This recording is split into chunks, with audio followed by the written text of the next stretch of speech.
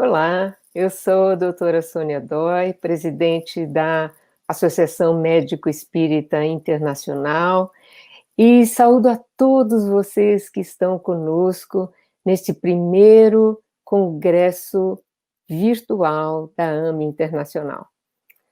Hoje eu tenho a grata satisfação e o privilégio de estar aqui apresentando um grande e querido amigo, o Dr. Décio Iandoli Júnior, que é conhecido da maioria de vocês e praticamente dispensa apresentações.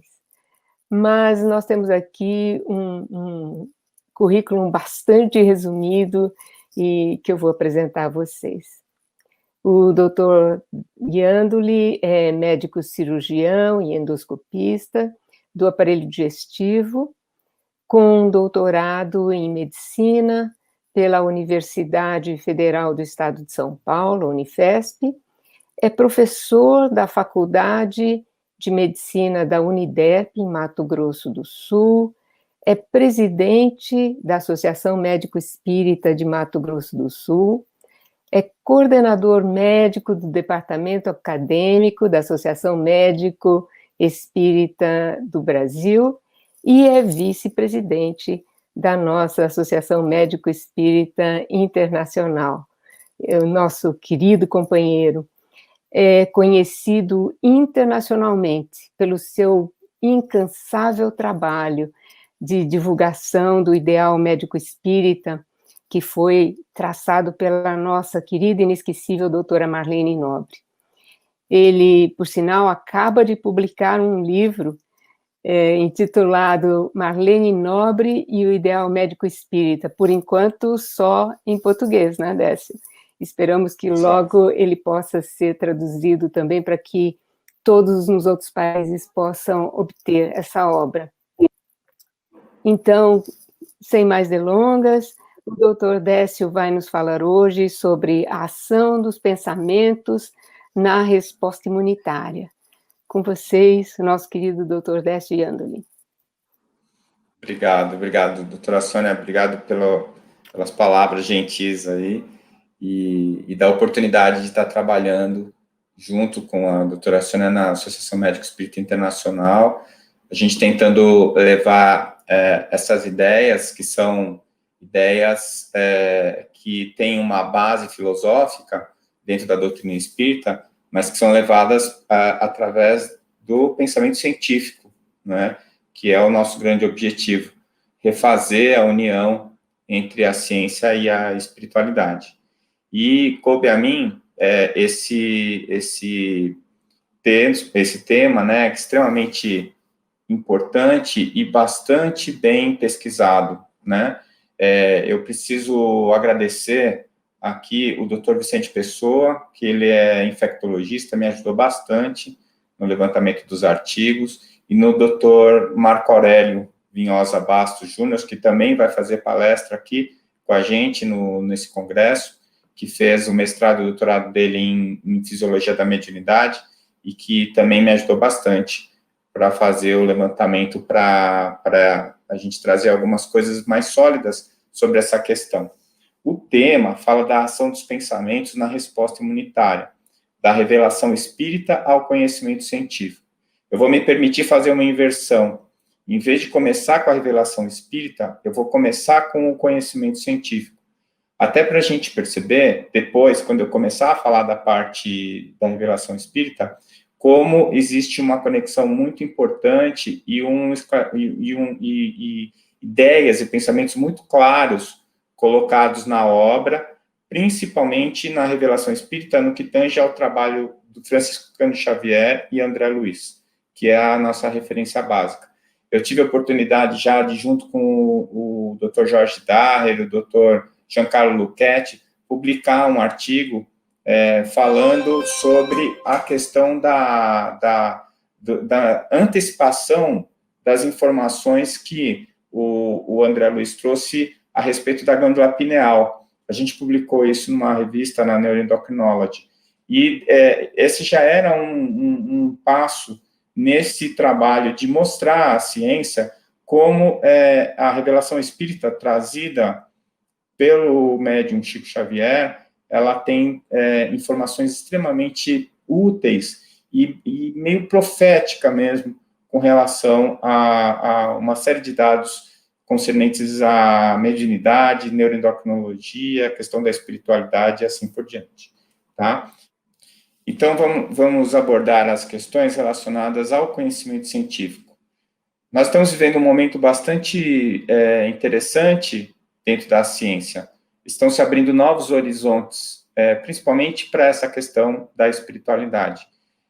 Apesar disso parecer uma novidade, a gente percebe essa publicação de 1910, de Sir William Osler, que já falava sobre a questão da fé e da saúde. A gente julga como muito importante esse documento de 2014, que foi publicado na Explorer, um manifesto pós-materialista, em que esses autores, né, Dr. Mário Borregar, Charles Start, Larry Dorsey, Dr. Alexander Moreira Almeida, que é daqui do Brasil, Lisa Miller, Marilyn Schlitz, Dr. Gary Schwartz e Dr. Rupert Sheldrake, que também vai falar aqui no nosso congresso, fizeram esse manifesto dizendo sobre como a ciência deveria se livrar do preconceito de falar sobre espiritualidade, não é? Muitos cientistas ainda acham que a questão da espiritualidade não é algo que deva ser ocupado pelos cientistas, mas nós acreditamos que a ciência busca a verdade, e a verdade onde ela estiver. Então, esses autores fizeram esse manifesto, e mais de 300 cientistas já assinaram o manifesto pós-materialista, né? Eu coloquei aqui essa referência do Open Science, onde vocês podem observar a lista dos cientistas que assinaram esse manifesto. Então, eu acho que esse é um marco muito importante quando a gente fala da ciência. Por quê? Porque aqui os cientistas estão dizendo que não existe apenas a matéria. Aqui eles estão afirmando que existe algo além da matéria, que deve ser estudado pela ciência com a mesma seriedade, com os mesmos critérios, com o mesmo rigor, que sempre foi característico do método científico, não é? E nós estamos agora aqui trazendo um pouquinho dessa ciência pós-materialista, né? Esse jornal, o Journal of Religion and Health, a gente percebe, ele já é de 1962, então ele não é tão novo assim. E já é uma revista científica preocupada com a questão da espiritualidade, da psicologia, as questões do humor, da psique e os impactos, né, no corpo biológico, no corpo físico. E eu considero o Dr. Harold Kenning um dos mais importantes autores nesse assunto. O Dr. Kenning é da Universidade de Duke, nos Estados Unidos. Ele já esteve aqui no Brasil algumas vezes, a convite da doutora Marlene. Este livro, A Espiritualidade no Cuidado com o Paciente, foi publicado, uma versão em português, pela Folha Espírita, e agora já tem a edição mais nova, publicada pela AME Brasil Editora. E o Dr. Kenning, ele conseguiu trazer uma base empírica extremamente sólida sobre o impacto da espiritualidade na saúde, e a espiritualidade como fator promotor de saúde.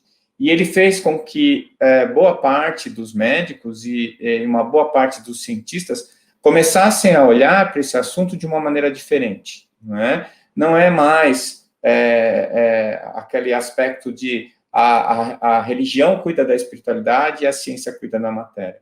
A ciência, como eu já disse, ela busca a verdade, onde quer que ela esteja. E quando nós estamos neste momento em que conhecemos tão profundamente a matéria, em que os cientistas conhecem as partículas subatômicas, que estudam aspectos extremamente relevantes com relação à mecânica quântica, à dinâmica dos universos, e também os aspectos subatômicos, né, da física de partículas, como isso chega na medicina, como isso vai ser relacionado com a saúde biológica e com a saúde mental também, por que não? Né? Se nós somos feitos de átomos, de moléculas, nosso corpo é composto de átomos e moléculas, como ignorar que a física de partículas vai trazer informações que seriam relevantes para a medicina, para a fisiologia, para a citologia, para a biologia e assim por diante. Então, nós estamos vivendo esse momento. Aqui, a gente traz alguns elementos, alguns artigos que falam sobre essa questão da espiritualidade relacionada com a saúde de uma maneira geral, né? Tanto na saúde psíquica, né? A espiritualidade de transtornos psicóticos, a espiritualidade na saúde física, nos cuidados paliativos, a relação, né, da questão da espiritualidade com o luto e com a morte, ela é extremamente relevante, extremamente importante.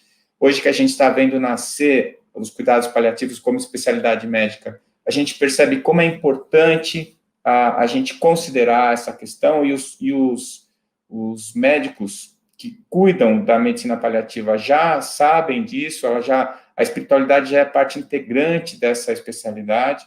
Então, a gente está vendo nascer uma série de linhas de pesquisa que estão estudando os impactos da espiritualidade, estão fazendo a diferenciação entre espiritualidade e religião, isso é fundamental.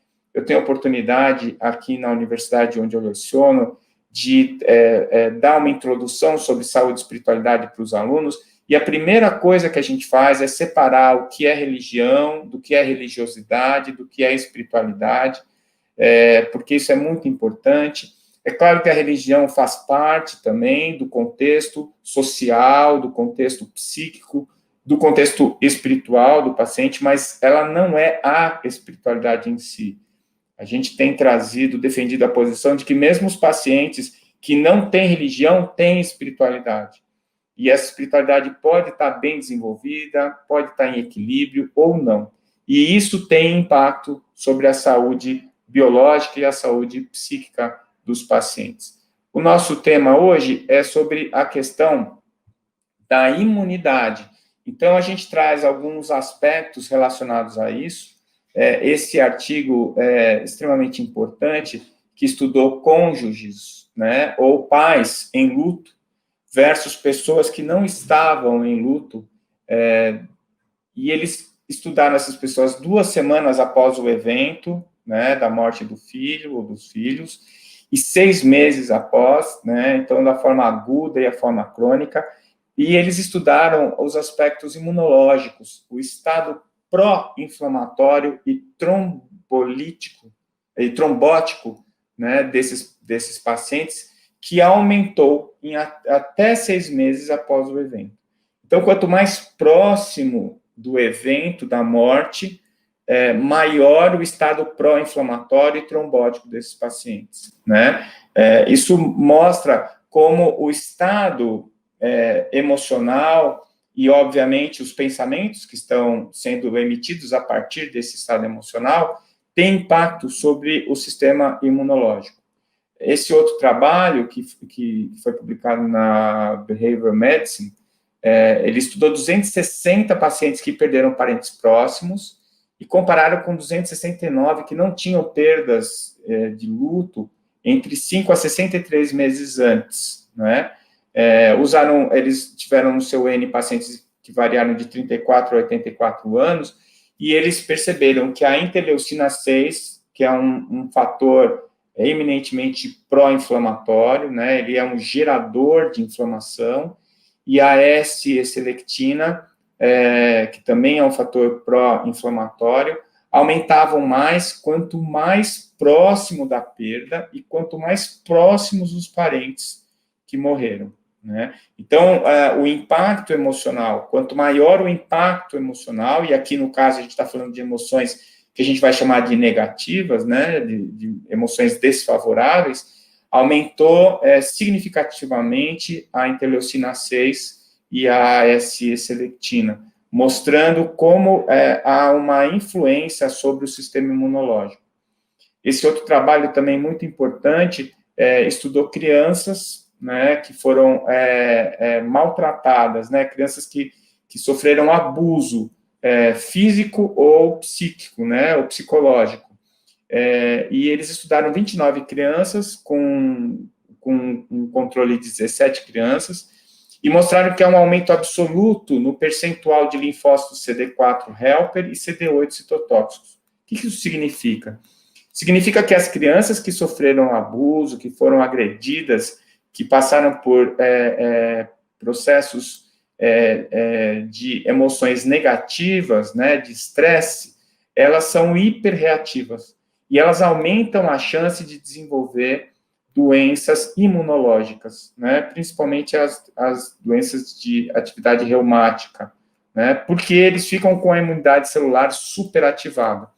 Então, se por um lado a gente percebe uma ação inflamatória aumentada, né, nos pacientes que tiveram perdas, nos adultos que tiveram perdas, nas crianças a gente percebe que também há um impacto que muitas vezes fica registrado, né? Mesmo essas crianças já adolescentes ou adultas, elas mantêm um registro da agressão e do abuso por conta de um fator que desbalanceia o seu sistema imunológico.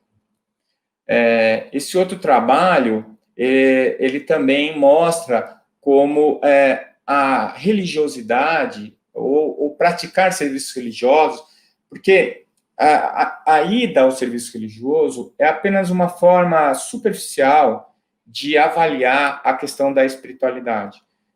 A gente tem, desde o trabalho de Alport, que mostra como a religiosidade pode ser intrínseca ou extrínseca, ou seja, a religiosidade extrínseca é aquele indivíduo que frequenta um serviço religioso, mas isso tem um efeito muito mais social, muito mais de convivência social do que propriamente filosófico, do que uma ação na sua maneira de ver o mundo, na sua maneira de reagir às dores, à morte e assim por diante.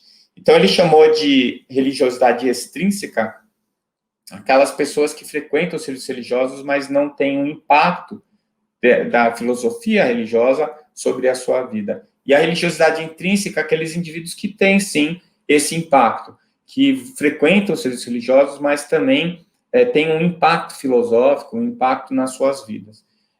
De qualquer maneira, ainda hoje, é válido, não absoluto, mas de uma maneira relativa, a avaliação do grau de espiritualidade do indivíduo pela frequência em serviços religiosos. E esse trabalho mostra isso, né? Com relação à interleucina 6, aquela citoquina que a gente já falou, que tem um fator pró-inflamatório, né? Que ele é um gerador de processo inflamatório. Então, os indivíduos que nunca ou quase nunca vão a serviços religiosos têm mais altos índices de interleucina 6 do que aqueles indivíduos que vão com maior frequência, né? Então, inclusive, a frequência é inversamente proporcional ao nível de interleucina, mostrando que existe, sim, uma ação, uma interferência na prática nas práticas religiosas e na ação inflamatória pela interleucina. Indo de uma maneira mais direta, né, sobre essa questão, e já até buscando alguma forma de interpretar como isso acontece, né, porque fazendo uma revisão, a gente já percebe o seguinte, que não existe muita dúvida no meio científico de que o estado emocional dos pacientes se influencia diretamente no seu estado imunológico. O que não existe ainda é explicações de como isso acontece, por que isso acontece, qual é a fisiologia desse processo, desse evento, né? No caso aqui, nós trouxemos essa publicação na American Psychological Association, que é um trabalho relativamente recente, 2015, que fala do efeito positivo nos marcadores de inflamação em emoções discretamente positivas, ou seja, um indivíduo que não precisa ter um evento muito significativo na vida dele, mas aquele indivíduo que é mais otimista, que tem uma postura emocional mais positiva, tem um menor nível das citoquinas inflamatórias, né? Principalmente a interleucina 6, que é uma referência, tá? E os autores, a gente vê aqui da Universidade de Toronto, da Universidade de Pittsburgh e da Berkeley, aí nos Estados Unidos.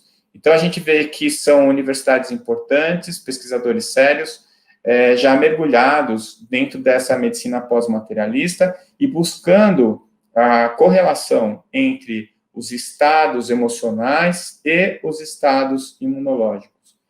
E esse outro artigo também que a gente traz, como as emoções positivas e uma saúde psíquica pode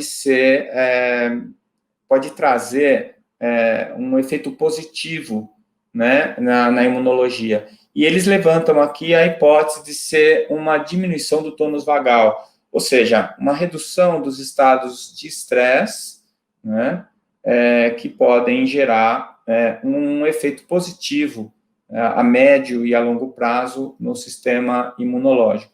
E a gente traz aqui na Universidade da Carolina do Norte, a Universidade da Califórnia, a própria Dukes, que é a casa do Dr. Harold Canning. E esse capítulo, né, do livro Psiconeuroimunologia, de 2007, em que os autores falam do efeito positivo na função imunológica, né, os afetos positivos na função imunológica, ou seja, os sentimentos positivos agem sobre a função imunológica. E esse capítulo me chamou a atenção, essa tabela, que eles trazem vários artigos que foram feitos nesse sentido, né, falando sobre o humor, né, e o sistema imunológico, os estados do humor e o sistema imunológico, e essa outra tabela falando também sobre os estudos que relacionam, né, o humor com a função imunológica. Então, a gente pode perceber, pela quantidade de artigos e de estudos, que não é alguma coisa que ainda seja polêmica. A polêmica é quais são os mecanismos, para que lado nós temos que ir para esclarecer de uma maneira mais importante esses aspectos do controle imunológico e o efeito dos sentimentos e, obviamente, dos pensamentos. Tá? Esse trabalho é extremamente significativo da British Journal, o Dr. Vicente trouxe para a gente, em que os índices em pacientes que tiveram a doença meningocócica, o fator protetivo, né, ou protetor da vacina foi semelhante nesse trabalho a aqueles indivíduos que iam a serviços religiosos, né? Isso é extremamente significante, né? Você tem que buscar as variáveis, quais foram, estudar de uma maneira mais séria a metodologia que foi utilizada nesse estudo, que é um estudo extremamente bem conduzido, né? Publicado por uma revista conceituada, a British Journal, e que traz uma conclusão extremamente reveladora, né, que a vacina pode ter efeito semelhante a um estado espiritual, um estado psíquico positivo e equilibrado. Eles discutem sobre os aspectos que podem estar influenciando esse resultado. Por exemplo, o apoio social, né, os hábitos, né, das pessoas que frequentam os serviços religiosos, geralmente têm hábitos mais saudáveis, hábitos de vida mais saudáveis, e assim por diante. E esse outro artigo que fala sobre aqueles indivíduos que, ao receberem o diagnóstico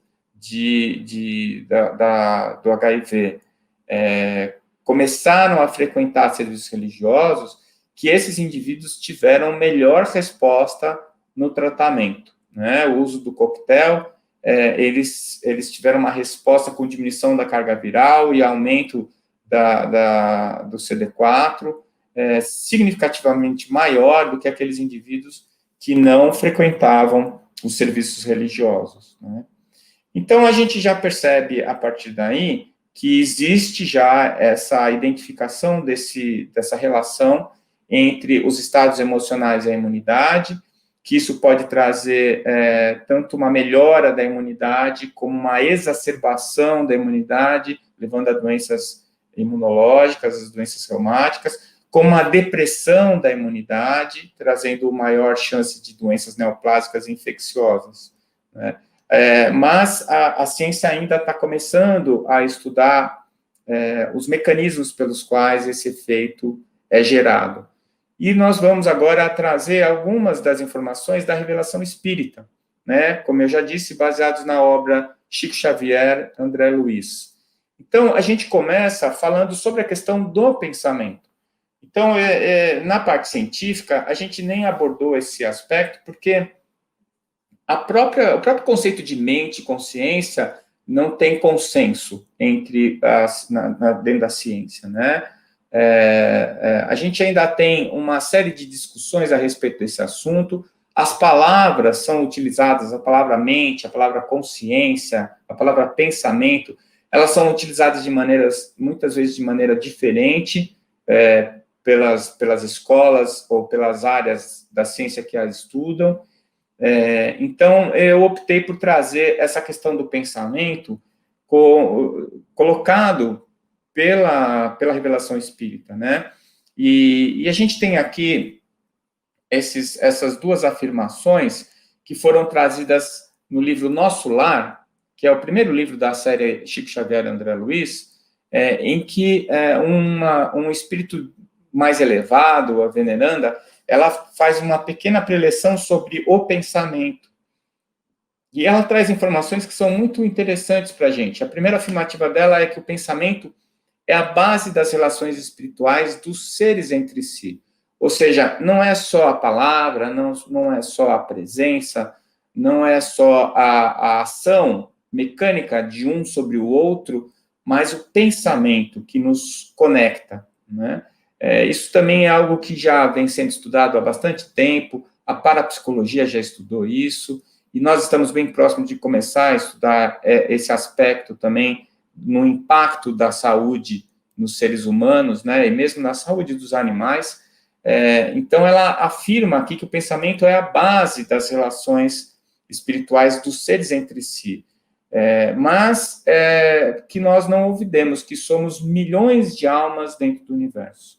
E somos almas algo insubmissas ainda às leis universais. Ou seja, nós somos grãos de areia, né? Milhões de almas dentro do universo, e ainda almas ignorantes, almas que não suspeitam de todas as leis, de todas as verdades, e é por isso que eu já disse e volto a dizer que eu acredito que é a ciência o nosso veículo de condução à verdade. Uma ciência bem conduzida, uma ciência bem realizada, de uma maneira isenta, ela sempre vai nos revelar a verdade, mesmo que demore um pouco.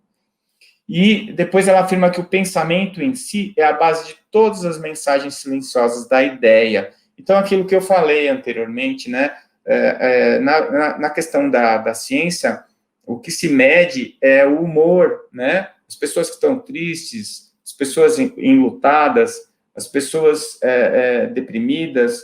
Então, a ideia, que é o produto da alma, acaba gerando o pensamento. O pensamento é o veículo do sentimento, é o veículo da ideia, né? E aí ela faz a relação entre o pensamento, a ideia e os planos da intuição, né? Então, eu costumo ver mesmo alguns cientistas que são materialistas e que são céticos, usarem a palavra intuição, né? E não suspeitam que a intuição, por si só, já é um efeito espiritual, já é uma interferência espiritual sobre o seu próprio pensamento, né? Ainda na obra André Luiz, no livro Evolução em Dois Mundos, a gente vai observar que o André fala da partícula do pensamento. E aí já entra um aspecto que é bastante interessante. O pensamento como uma onda eletromagnética. É claro que ela não é uma onda eletromagnética da maneira como nós a conhecemos, né? Mas ela funciona como? Dentro de uma dimensão diferente, porque ela está viajando no éter a uma velocidade diferente da velocidade das outras ondas eletromagnéticas que nós conhecemos, como as ondas do rádio, por exemplo. Né? Mas ele afirma que há uma partícula de pensamento, né? E que o pensamento é um material fluídico, tá certo? Que o fluido é uma matéria pouco densa, é uma matéria maleável, né? Fluídica, ou, como disse Allan Kardec, e muitos físicos usam essa palavra, seria matéria quintessenciada, né? Uma matéria muito mais sutil, muito mais etérea.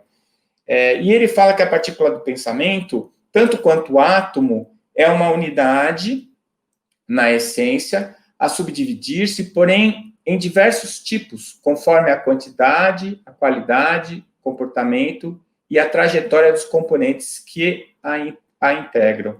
Então, tanto quanto o átomo, a partícula do pensamento, ela seria utilizada para produção de manifestações diferentes, né? No caso do átomo, de matéria, e no caso das partículas do pensamento, que seriam partículas etéreas, na formação desse pensamento, de acordo com o tipo de pensamento.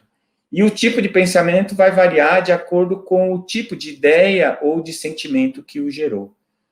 E aí ele explica depois, num outro trecho, que o átomo é uma força viva e poderosa na própria contextura, passiva, entretanto, diante da inteligência que a mobiliza, para o bem ou para o mal.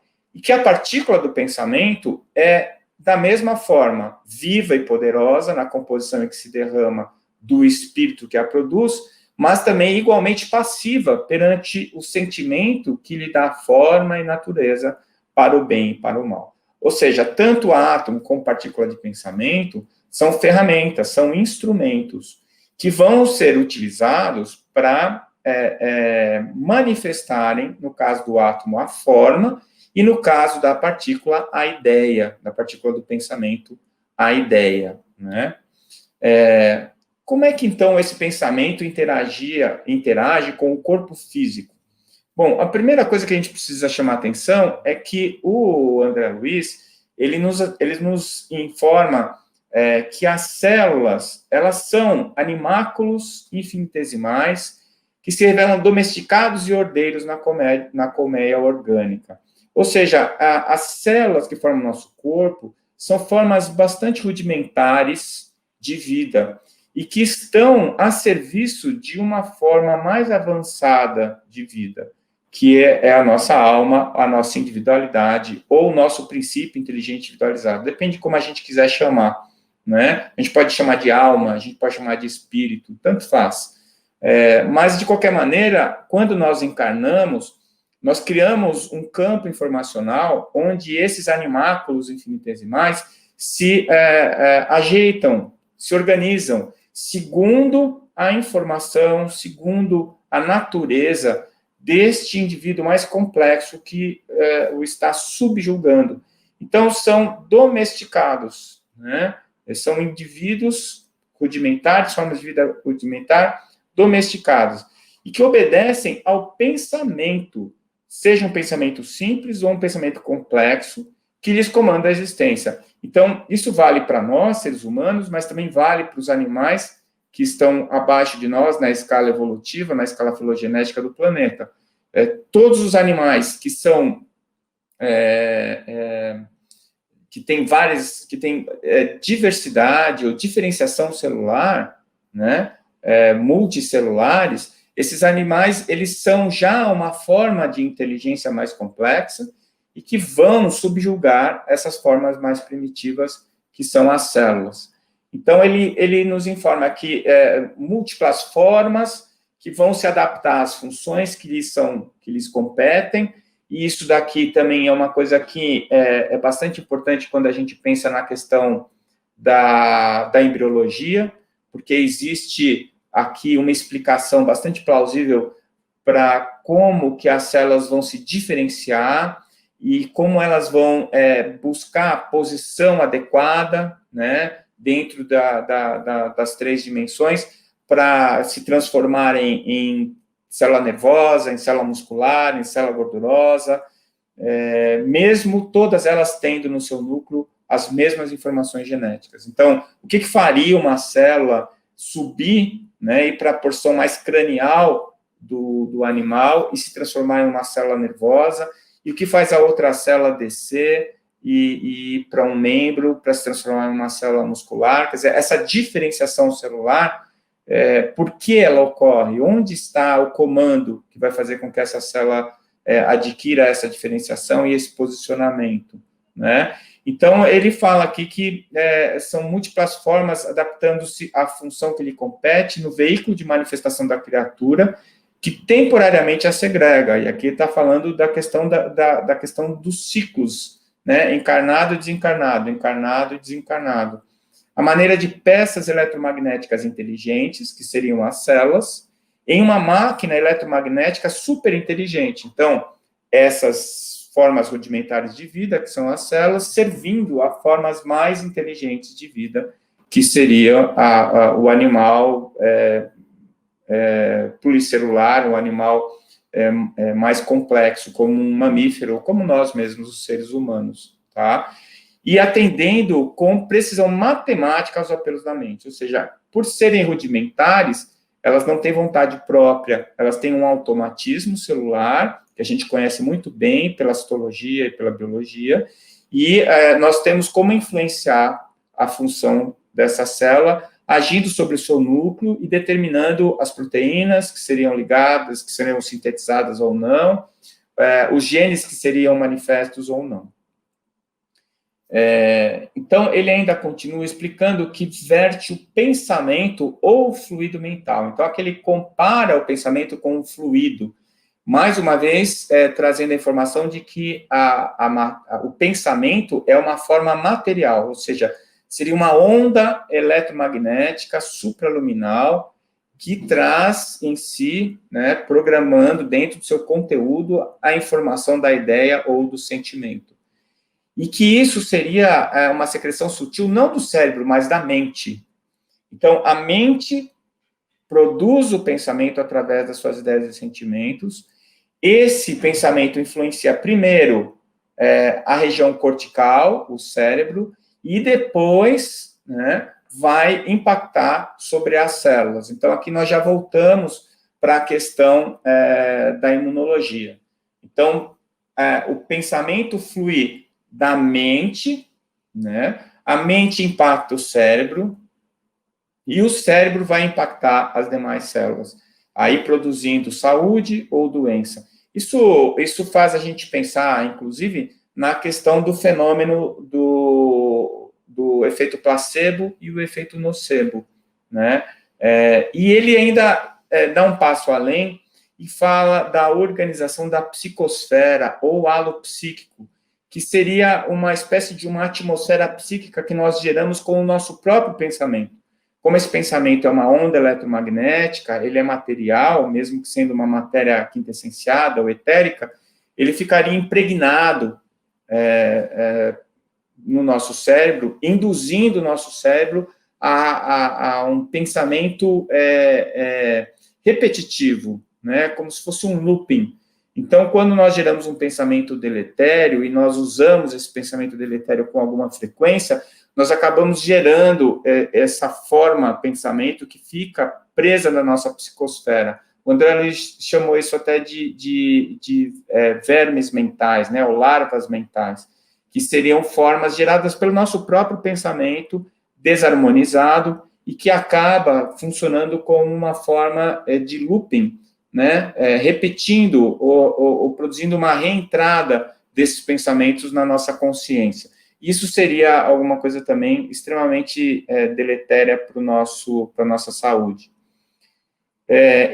Ele fala ainda, na relação do pensamento com o corpo físico, que esses fluidos mentais ou pensamentos que são atuantes no reino da alma imprimem radicais transformações no veículo fisiopsicossomático. Então, pelas leituras que eu fiz da obra do André Luiz, eu cheguei à conclusão que quando ele fala veículo fisiopsicossomático, ele está falando do corpo biológico e do duplo etérico. Então, ele está falando da porção biológica, física, que a gente consegue estudar e que a gente consegue, com alguma tranquilidade, demonstrar com a medicina clássica, ortodoxa, mas ele também está falando de um campo energético, de alguma coisa que está funcionando ali também e que tem influência tanto na alma, na mente, quanto no corpo biológico. Tá? E, finalmente, quando ele aborda diretamente essa questão do pensamento e a imunidade, e ele nos explica que é fácil entender que todo desregramento de natureza física ou moral faz-se refletir de imediato por reações mentais consequentes sobre as províncias celulares, determinando situações favoráveis ou desfavoráveis ao equilíbrio orgânico. Então, o desregramento, tanto físico quanto moral, vai refletir nessas células de maneira positiva ou negativa. Se for um desregramento, claro, negativa. E o pensamento é a força que, devidamente orientada no sentido de garantir o nível das entidades celulares no reino fisiológico, olha só o que ele afirma aqui, lhes facilita a migração ou lhes acelera a mobilidade para certos efeitos de preservação ou defensiva. Então, ele está aqui nitidamente falando das células da nossa imunidade celular, né? Dos macrófagos, das células que vão fazer o primeiro combate ou a identificação dos antígenos, né? Seja na improvisação de elementos combativos e imunológicos ou na impugnação aos processos patogênicos, com a intervenção da consciência profunda. Então, é tanta informação aqui, colocada há mais de 70 anos, né, e escrita por um mineiro que não tinha nível superior e que não tinha acesso nenhum ao conhecimento científico, e mesmo que tivesse, na época em que ele escreveu isso, não existiam esses conceitos, essas ideias, elas, tanto que passaram insuspeitas, né, até hoje, e é hora, na nossa opinião, de nós trazermos essa informação, esses dados, porque eles afirmam de maneira bastante detalhada aquilo que nós estamos começando a perceber através das pesquisas científicas. E aqui ele fala uma coisa que eu acho extremamente significativa. Deduzimos sem dificuldade que, se é possível hipnotização da mente humana, com vistas a certos fins, com mais propriedade, operar-se-á a magnetização das entidades corpusculares para efeitos determinados no ajustamento das células. Ou seja, ele diz o seguinte, que se é possível hipnotizar uma mente complexa como a do ser humano, por que não seria hipnotizar esses animáculos infinitesimais domesticados, né? Que, na minha opinião, já estão hipnotizados e que seguem de maneira cega e automática aos estímulos que vêm do nosso pensamento, da nossa consciência profunda. E aí eu coloco entre parênteses, né, que isso explica o efeito placebo e o efeito nocebo.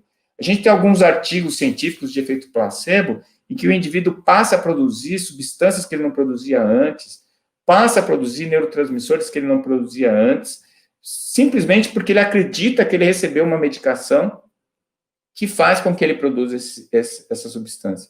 E quando ele é avisado que ele não recebeu nenhuma medicação, que era placebo, ele deixa de produzir o hormônio que estava sendo produzido, ou a substância que estava sendo produzida. Ou seja, quem manda nas nossas células não são as drogas, as medicações.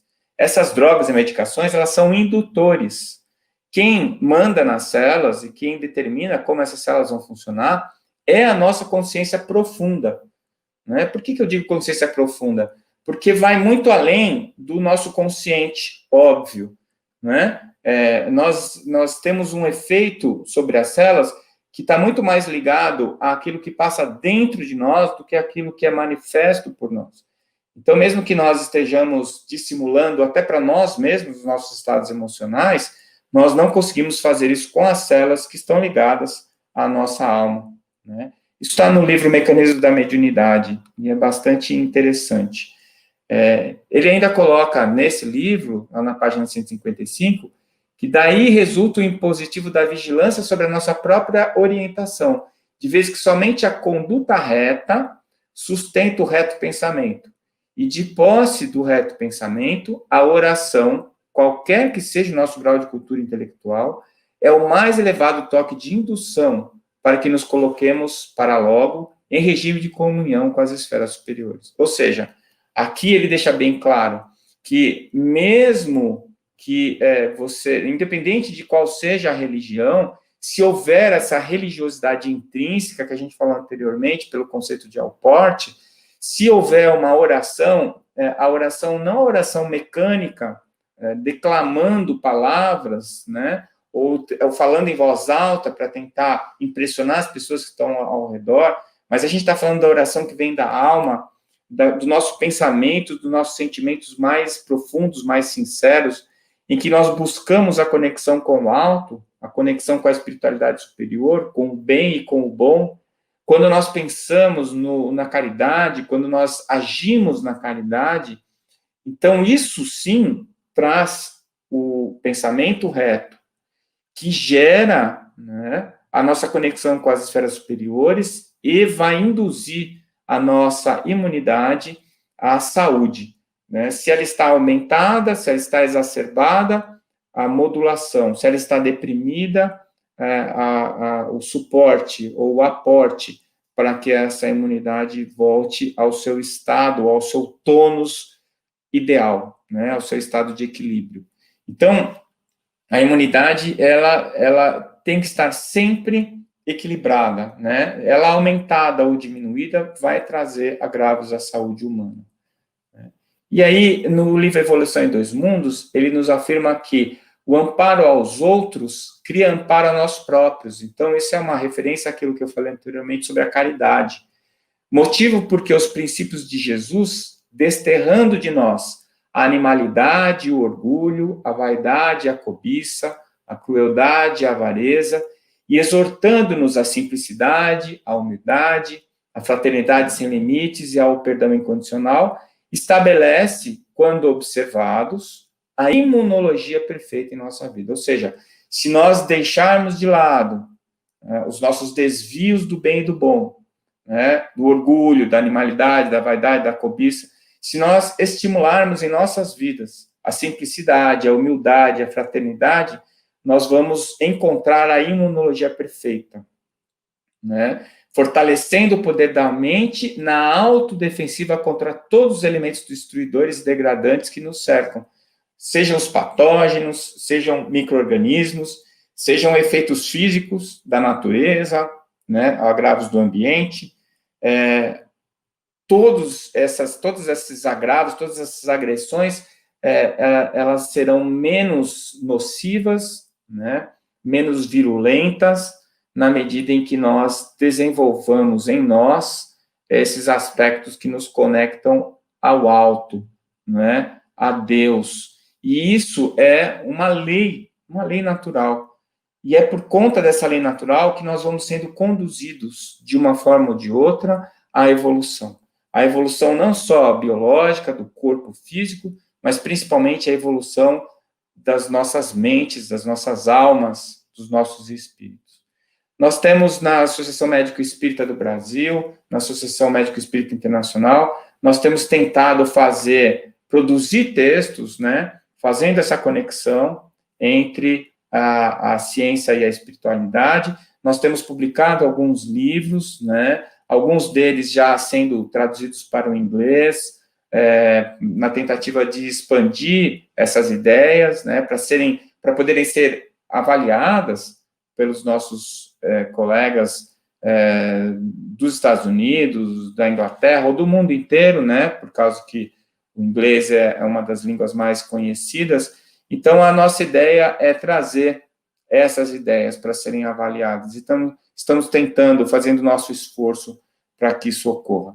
Eu espero que tenha sido útil, que essas ideias tenham sido produtivas e que tenham trazido, pelo menos, a vontade, né, dos nossos companheiros de estudarem melhor o assunto, de se aprofundarem um pouquinho mais sobre a questão do efeito da nossa alma sobre o nosso corpo físico. Muito obrigado. Muitíssimo obrigado, caro amigo Dr. Décio Iandoli, por esta palestra que nos trouxe tantos conhecimentos. Nos lembra a importância de nós, especialmente nesta época onde todo o nosso planeta está passando por uma pandemia, a importância de nós mantermos o nosso sistema imune íntegro ou reforçado, e desta forma, estes conhecimentos que você nos trouxe sobre a espiritualidade, com embasamento científico, e, mais ainda, com as explicações espíritas, nos fortalecem muito, e eu espero que isso seja realmente bastante útil para todos que estão aí nos acompanhando. Também um estímulo para que nós, profissionais da saúde, os que estão nos acompanhando,